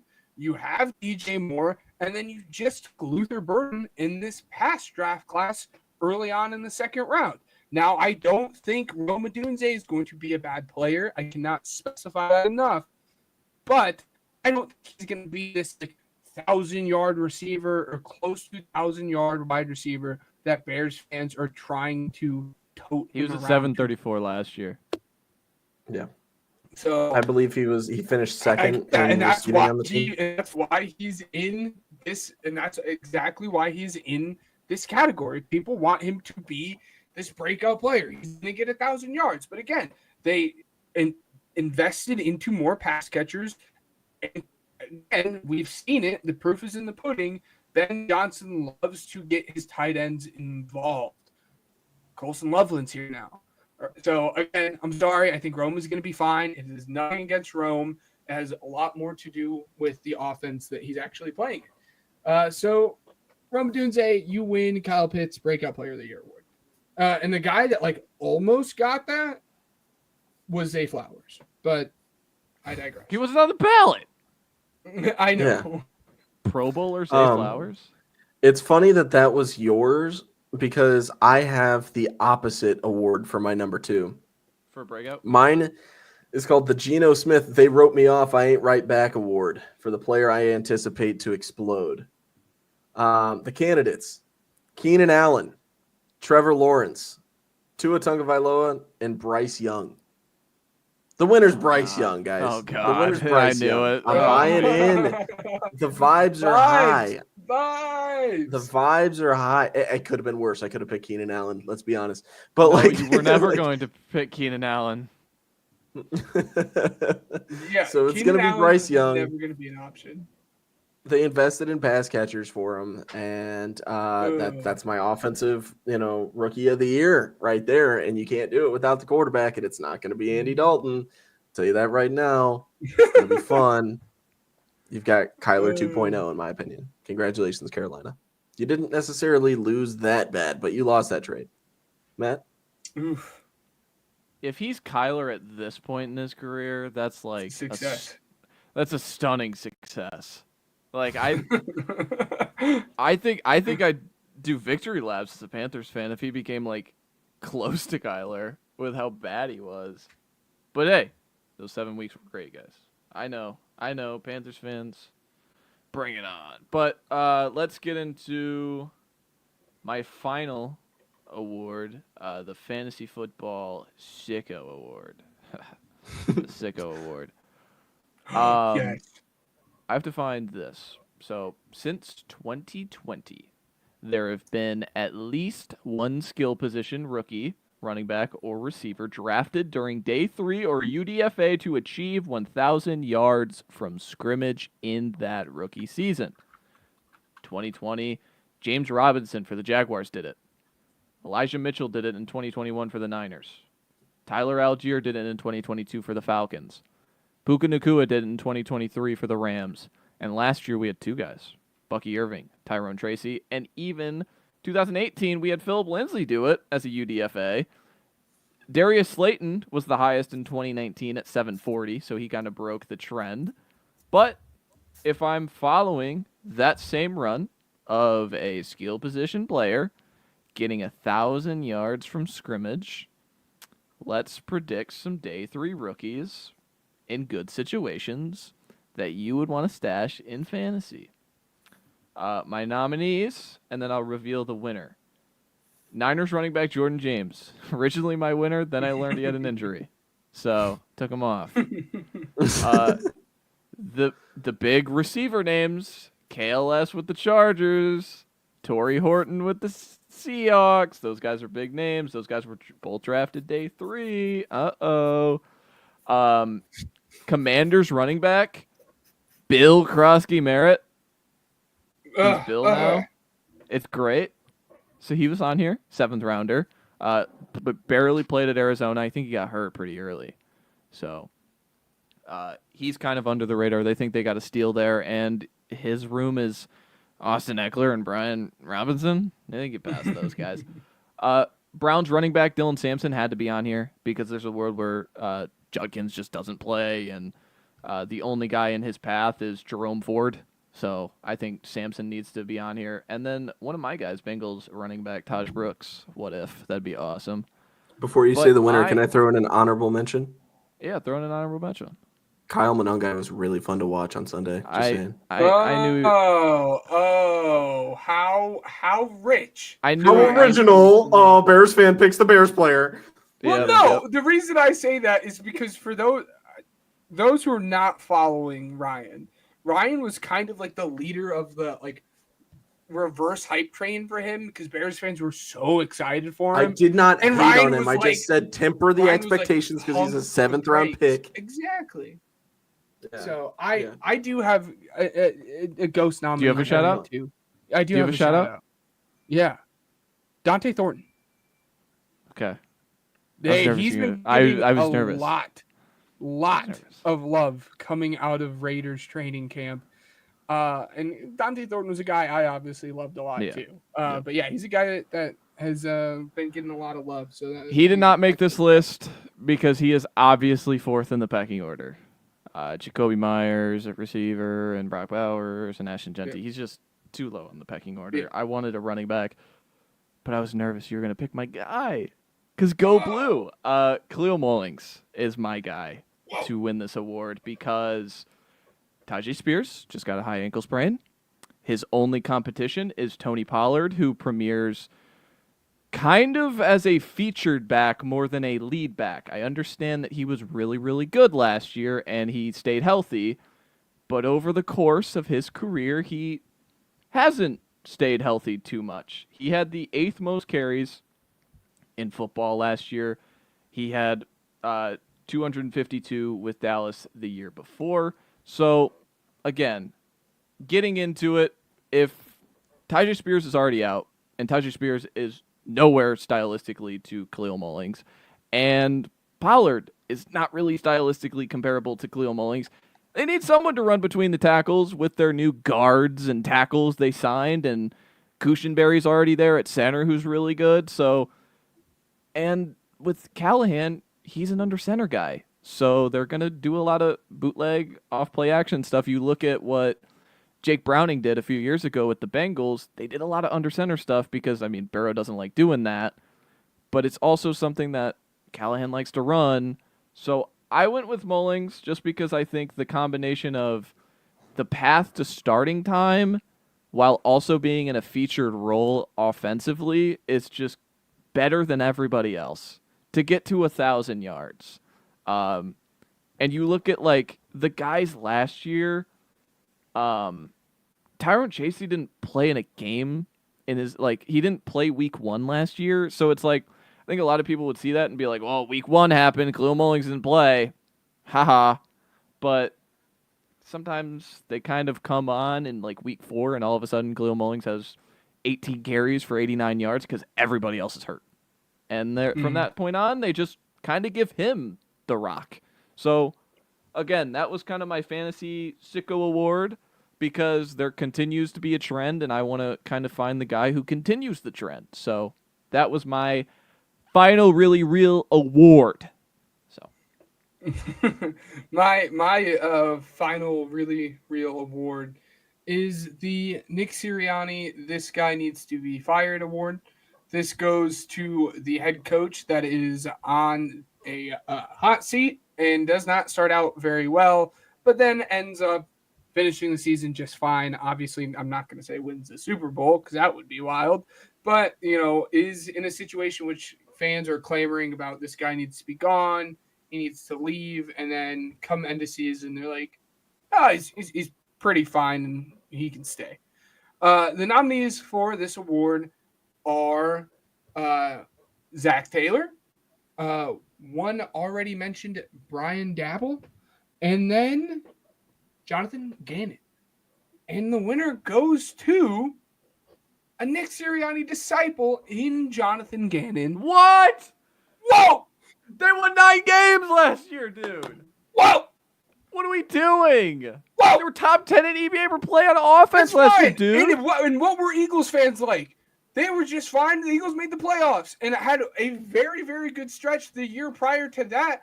And come week 3, Eagles fans were like, this guy blows. You're comparing Eagles fans to the Cardinals fans?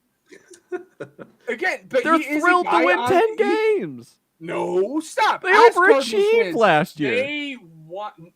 Cardinals fans are not particularly happy with the way that he had finished the season. Why? Jonathan Gannon.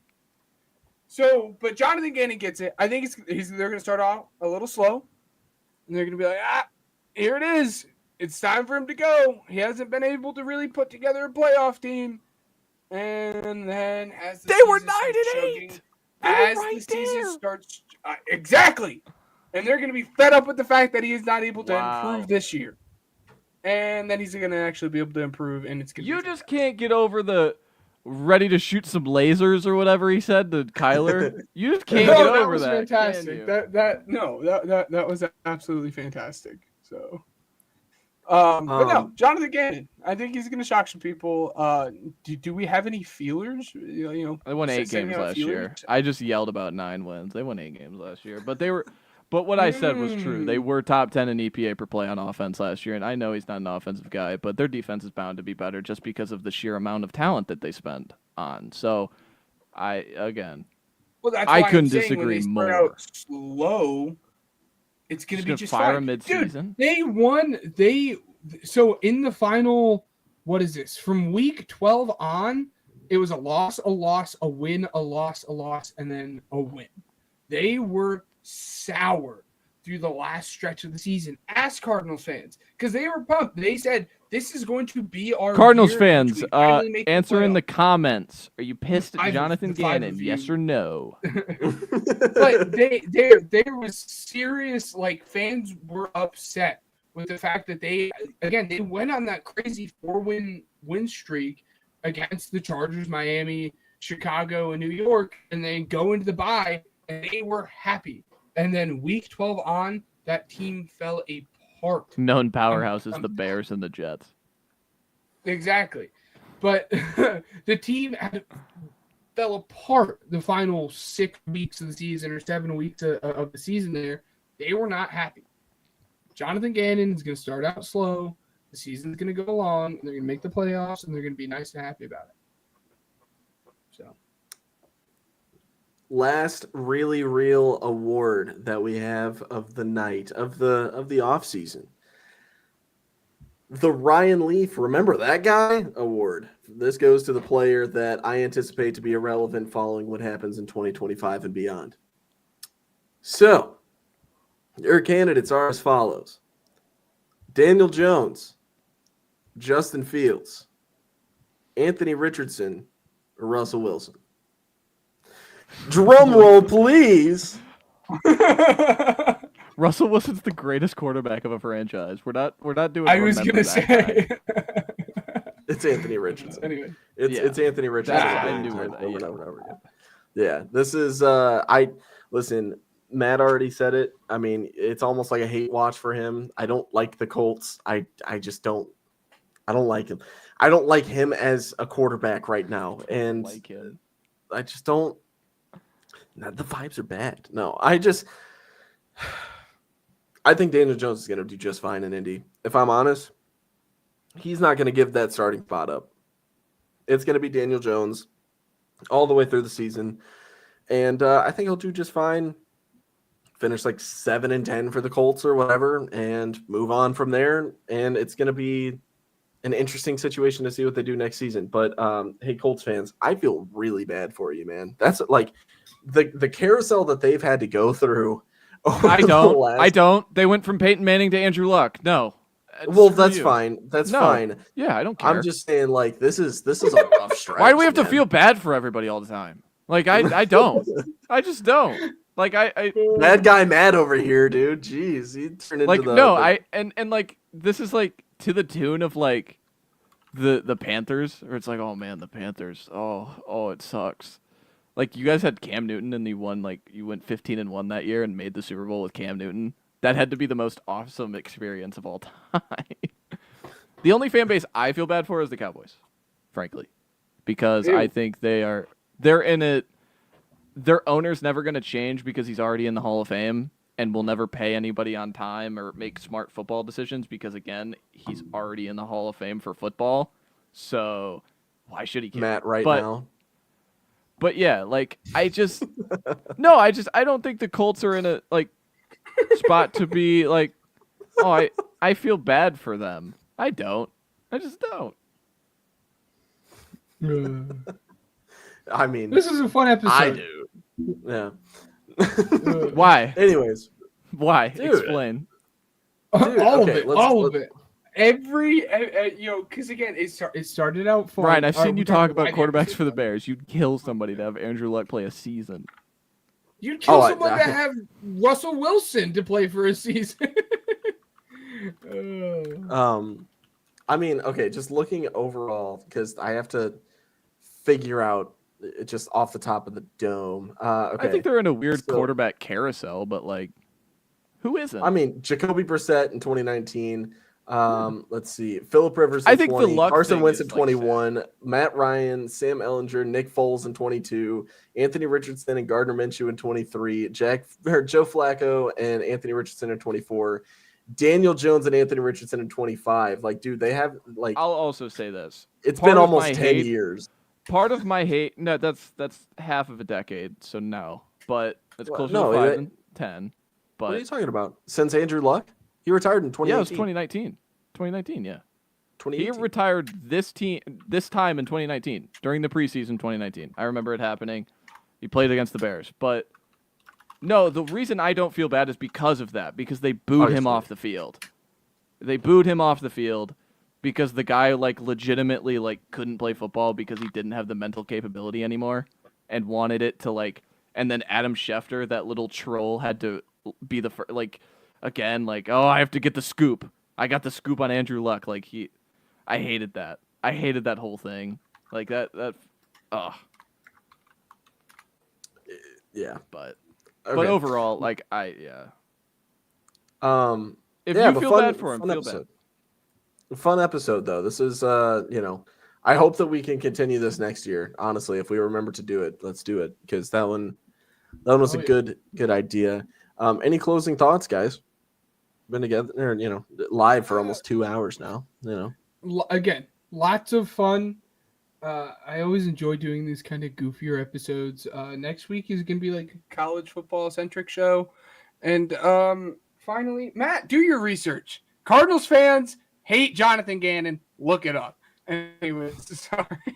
Which I'll kick which it is over to you. crazy. It's objectively agree, but crazy if. Okay. But like, I just think that's crazy because they overachieved. Like they were not supposed to win 8 games last year with how bad that defense was, and they did. And then they spent a lot of money, and so maybe if they're like 5-12, but I have a hard time believing that because I do like Petzing and his offense and the way they're like. Harrison's going to be better overall. The offense is going to be better, but I think that was you taking a shot at an Eagles guy. No, I'm fine with John. Well, I mean, the way he left was kind of sound. You just want to look it up. I mean, Cardinals fans buddy, like genuinely do hanging it up. They genuinely do not like him. I mean, if you look up like coaches on the hot seat, he will be on every list because of the way he ended the season. Okay, let's look it up. Yeah, let's look it up. Seat NFL. Zach Taylor, McDaniel, Dayball, Stefanski, Gannon, Steichen. This is from Spectrum News, Yeah. Mike Tomlin is the first name, so I'm done with this article. But I'm just saying, done with that one. Lists, like he was on there. This is the AP. Okay, so the AP has Mike Tomlin too. So the AP, Mike Tomlin, Zach Taylor, McDaniel, Dayball, Steichen. Gannon is 6th. And then Stefanski, who also just won, by the way. Yeah. But that's again, I think they're delusional for it. Yes, but Eagles fans were delusional for the whole Nick Sirianni stuff, and that's kind of where the award stemmed from in the first place. But yeah, I mean, again, they are not big fans of it. Is it comparable to the Sirianni where it's he's 2-2 and you guys wanted to fire him? Yeah. Yeah, that's insanity. That's just go outside. I don't. If you're mad at your coach for 2-2, I don't know what to do. Anyways, all right. If Zach Taylor starts 0-2, then yeah, that's a problem. To end the show, man, we're just gonna keep going. Guys, thank you for tuning in for almost 2 hours this week for a fun episode. I hope you guys enjoyed it. I hope you guys made some bets along the way. We had a lot of good stuff coming. Like they said, college football coming up for next week. And then we've got another NFL prediction show rounding out the offseason for 2 weeks on the 27th. So, at that point, you're looking at playoff predictions and stuff like that.